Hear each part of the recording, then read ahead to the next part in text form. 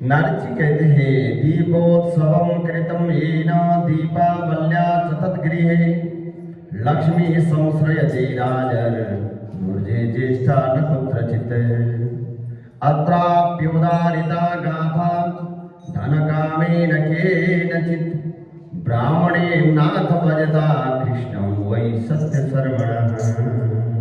नारद जी ने कहा राजन, जो मनुष्य दीपावली के दिन अपने घर में दीपक जलाते हैं उनके घर में लक्ष्मी विराजमान रहती है तथा दरिद्रता कभी नहीं आती।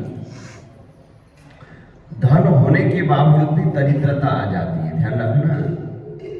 निर्धन होने से दरिद्रता होती है ऐसा नहीं है, धनवान भी दरिद्र होते हैं। दरिद्र का मतलब ये होता है आसक्ति न मिटना, मन में संतोष न होना, आराम न होना, मन संतुष्टि न होना, खुश न होना कि धन धान्य है हमारे पास परिपूर्ण है, फिर भी हम ये कहते हैं कि हमारे पास कुछ नहीं है। होते हुए भी न होने का जो आभास होता है उसको दरिद्रता कहते हैं। और हमने सुना है सुदामा जी की कथा तो सभी ने सुनी है। सुदामा जी दरिद्र नहीं थे, वो क्या थे? वो गरीब थे पर दरिद्र नहीं थे। हाँ, तो गरीब और दरिद्रता में फर्क है जी। तो कहते हैं नारद जी ने कहा, अब मैं उस कहानी को कहता हूं जिसमें सत्यशर्मा नामक ब्राह्मण ने उन्होंने धन की कामना से भगवान श्री कृष्ण जी का स्मरण किया था। फिर तो महाराज बोले, सत्यशर्मा ब्राह्मण कौन थे जी, उनकी क्या कथा है तथा उनके घर में रात्रि के समय प्रकाश देखकर लक्ष्मी जी किस प्रकार आई थी। नारद जी बोले, सुरसेन नामक देश में सत्यशर्मा नामक एक बुद्धिमान ब्राह्मण रहता था। वह धर्म हेतु किए जाने वाले कर्मों के लिए धन पाने की कामना से सदैव व्याकुल चित्त बना रहता था। वह सोचा करता था कि यदि मेरे पास धन हो तो मैं धर्म करता हुआ सदा सुखी रहूं तथा अपने स्त्री पुत्रों को अलंकृत करूं, घर को भी सुंदर बनाऊं। और धन से सुख नहीं होता, तो धन से सुख की प्राप्ति करने के लिए धन से धर्म करो, तभी हमें सुख की प्राप्ति होती है।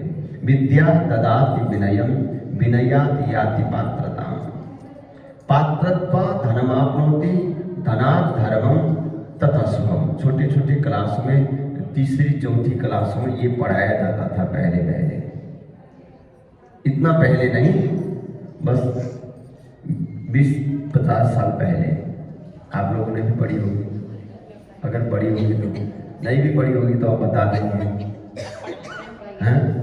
अब पढ़ लेंगे।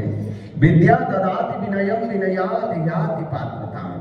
विद्या केवल विनय देता है, सुख नहीं देता। पढ़े लिखे सुखी होते हैं ऐसा नहीं है। हाँ, पढ़े लिखे विनयी होते हैं, विनयी मतलब झुक जाते हैं, सरल होते हैं। हाँ, शांत स्वभाव बनता है पढ़े लिखे का, पर सुख नहीं है फिर भी उनको। बोले सुख कैसे मिलेगा? विद्या ददाति विनयम विनयाति याति पात्रताम। और जब विनयी हो जाते हैं, शांत होते हैं, पात्र सत्पात्र बनते हैं। सब लोग कहते हैं अच्छा है, पढ़ा लिखा है, प्रतिष्ठा बनती है, परंतु सुख नहीं फिर भी। विद्या ददाति विनयम विनयाति याति पात्रताम पात्रत्वात् धनमाप्नोति। जो सत्पात्र बनते हैं तो धन तो आता है, फिर भी सुख नहीं। हाँ, धन का आगम हुआ, पढ़ा लिखा है, फिर भी सुख की प्राप्ति नहीं, तो सुख कहां से होगा?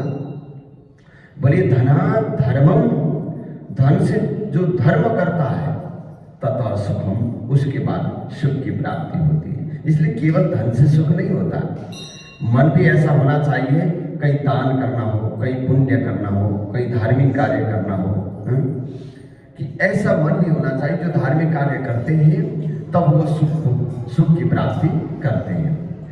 तो इसलिए धन से धर्म होता है, धर्म से सुख होता है। इसलिए बिना लक्ष्मी का धर्म भी नहीं होता है। अच्छा, एक बात और है, धर्म में कुछ फर्क भी है। धर्म क्या है? धन न हो फिर भी हम धर्म कर सकते हैं, ये भी ध्यान रखना। परंतु कुछ लक्ष्मी भी चाहिए। वो वहां पर कैसी लक्ष्मी चाहिए? एक धन लक्ष्मी है, विद्या लक्ष्मी भी माना जाता है। 8 प्रकार की लक्ष्मी है, और 8 प्रकार की लक्ष्मी में से कोई भी एक भी ना हो तो हम सुखी नहीं हो सकते। और हो सके तो 8 ही लक्ष्मी की प्राप्ति होनी चाहिए, अष्ट लक्ष्मी। नारद जी बोले, सूरसेन नामक देश में सत्यशर्मा नामक एक बुद्धिमान ब्राह्मण रहता था। वो धर्म हेतु किए जाने वाले कर्मों के लिए धन पाने की कामना से सदैव व्याकुल चित्त बना रहता था। वो सोचा करता था कि यदि मेरे पास धन हो तो मैं धर्म करता हुआ सदा सुखी रहूंगा तथा अपने स्त्री पुत्रों को अलंकृत करके घर को भी सुंदर बनाऊंगा। इस प्रकार की कामना लेकर उसने धन प्राप्ति के लिए भक्तिपूर्वक देवादिदेव भगवान नारायण जी की पूजा करना शुरू कर दिया। इस प्रकार विष्णु भगवान जी की पूजा करते हुए उसके पास जो थोड़ा बहुत धन आता भी था वह सब खर्च हो जाता था, संचित नहीं रह पाता था, सेविंग नहीं होता था। बोले उदास तथा दुखी रहते हुए उसने धन प्राप्ति के लिए बड़ा परिश्रम किया। एक समय उसने किसी ज्ञानी विज्ञानी विद्वान से उपाय पूछा, तो उनसे जाकर के कहा, मैं भगवान नारायण जी का पूजन करता हूँ, फिर भी धन जो भी आता है खर्चा हो जाता है, सेविंग नहीं होता, बचता नहीं है कुछ भी है। कुछ धर्म करने के लिए विचार करता हूँ तो वो भी खत्म हो जाता है, नहीं हो पाता। और संचित नहीं रह पाता। और उसने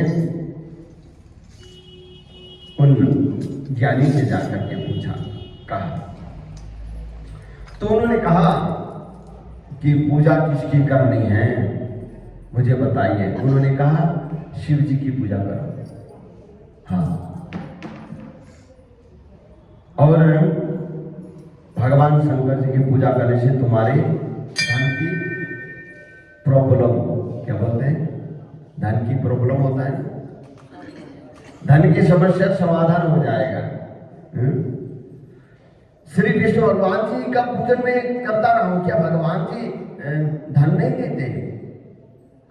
बोले वो तो धन देते हैं, वो अत्यधिक धन देते हैं, बहुत सारे धन देते हैं।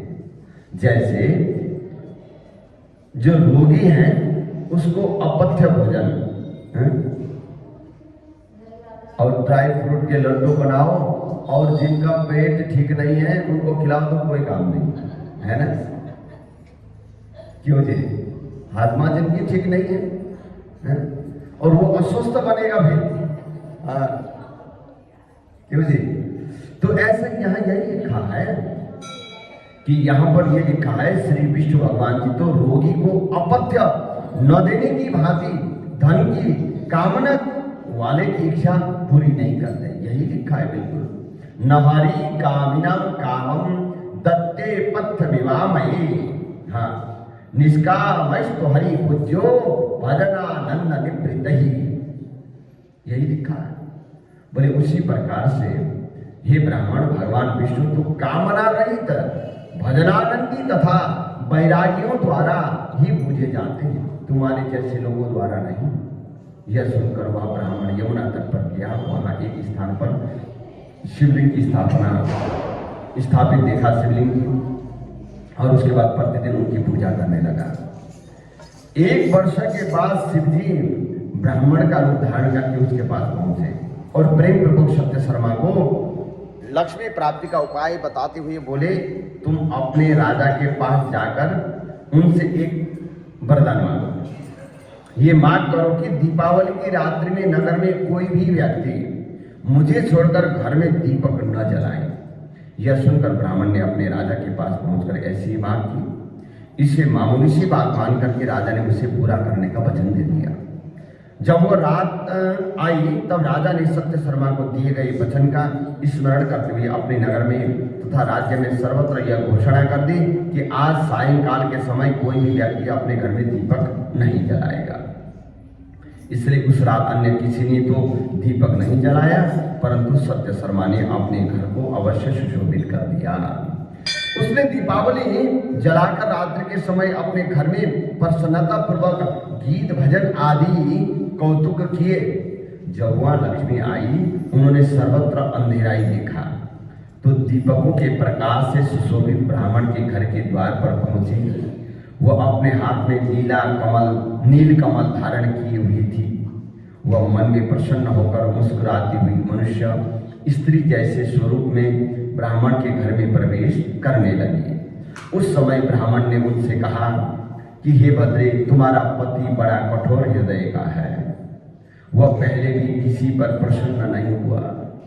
तुम भी अत्यंत चंचला हो। इस प्रकार संसार में तुम दोनों ही पति पत्नी दोषी हो। इसलिए तुम मेरी यहां मत रहो। किसी और के पास जाकर के छल करना, हमें छलना मत। लक्ष्मी बोली, श्री विष्णु भगवान जी शयन कर रहे हैं। ऐसे समय में ही मैं तुम्हारे यहाँ आई हूँ और मैं तुम्हारे घर में स्थायी रूप से रहूंगी। तुम मुझे घर के भीतर जाने दो। ब्राह्मण बोला, यदि तुम 3 पीढ़ी तक मेरे यहाँ रहने की शपथ खाओ तथा मुझे धन के घमंड से अंधा मत करो, क्योंकि धन आने के बाद अहंकार साथ में आ जाता है, घमंड साथ में आ जाता है, जिससे आंख हमारे बंद हो जाते हैं। ये पहले उन्होंने कहा कि धन के घमंड से दूर रखना और धन के घमंड से अंधा मत करना। अगर ऐसा होगा तो हमारे घर में मैं प्रवेश दूंगा, सत्य शर्मा ने कहा, अन्यथा नहीं।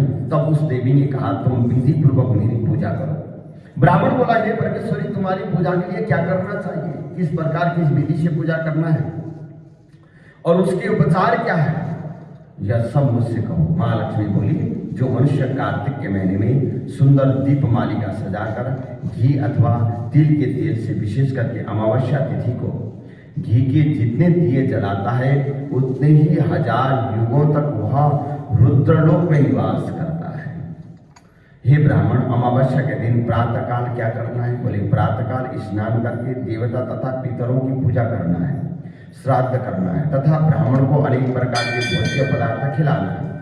संध्या के समय दीपमाला करें। अपने घर में कहाँ जलाना है दीपक? बोले, अपने घर में तुलसी के पास, ब्राह्मण के घर में, शमशान में, चौराहे पर, अग्नि वाले स्थान पर तथा गौशाला में। अग्नि वाला स्थान है ना, जहाँ गैस चूल्हा जलती है, वहाँ भी जलाते हैं किचन में, है ना।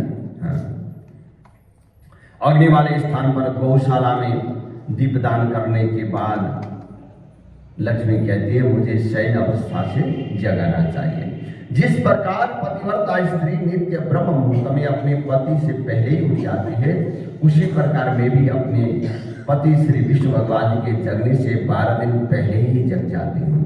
बालक, वृद्ध तथा रोगी को छोड़कर अन्य कोई व्यक्ति दिन में भोजन न करे। प्रदोष काल में यथा कर्म से मेरी पूजा करें। स्वस्ति वाचन, संकल्प और गणेश जी का गणेश मंत्र का उच्चारण और आदि करके गणेश जी की पूजा करें और शुंभ चैकदंतस्य इत्यादि स्तोत्र के द्वारा विधि पूर्वक 16 उपचारों सहित विस्तार से पूजन करें। फिर कुबेर जी का पूजन करें। कुबेर पूजा में इस प्रकार प्रार्थना करें कि हे कुबेर जी, मैं आपको नमस्कार करता हूँ, आप निधियों के स्वामी हैं। हे देव, आप लक्ष्मी सहित मेरे घर में स्थिर बने रहेंगे। यह क्या कर 16 उपचारों सहित पूजा करें। और मंत्र भी है, ओम भूर्भुवस्सुः कुबेराय नमः। इस मंत्र से कुबेर जी का पूजन करें। फिर 16 उपचारों से लक्ष्मी जी का पूजन करें अथवा महालक्ष्मी जी कहती है। उसके बाद 16 उपचारों के द्वारा मेरी पूजा करें। पहले गणेश भगवान जी का पूजा करें, फिर उसके बाद कुबेर जी का पूजा करें, फिर उसके बाद महालक्ष्मी जी का पूजन करें।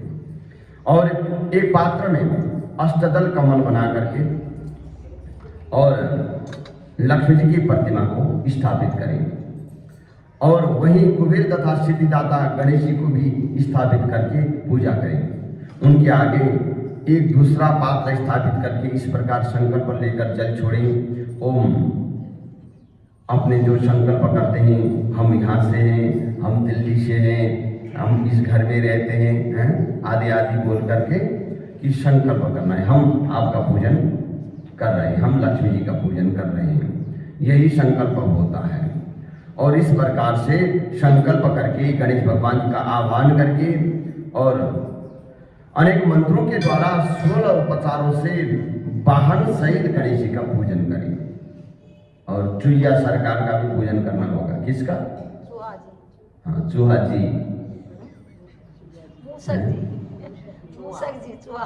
हाँ, यहाँ तो लिखा है यही कि वाहन सहित गणेश जी का पूजन करें। अच्छा, गणेश जी का वाहन सहित उसमें जो आप लोग ये दीपावली में छोटे छोटे भगवान जी लाते हैं ना, उसमें वाहन भी होते हैं पता नहीं होते हैं। हमारे पास तो आई उनमें तो है। हाँ, और कहते हैं वाहन सहित गणेश जी का पूजन करें। हम तो कभी लाते हैं, कभी नहीं भी लाते हैं। कभी जो बैठे हुए उन्हीं का पूजन कर देते हैं, कभी नया खरीद लेते हैं। तो ऐसा नियम नहीं है हमारे यहाँ, है ना। जो है उन्हीं का पूजन कर देते हैं, जो धातु के होते हैं ना वही वाले। और विशेष करके विधान यह है कि हर साल नया परिवर्तन करना, हर साल नए लक्ष्मी जी, नए गणेश लक्ष्मी जी, और पिछले बार वाले विसर्जन कर दें। गणेश जी का विसर्जन केवल ये दीपावली में होता है। वैसे कई लोगों ने वो वाला जो गणेश जी का पहले विसर्जन कर चुके हैं, अब फिर दोबारा बुलाएंगे। हाँ,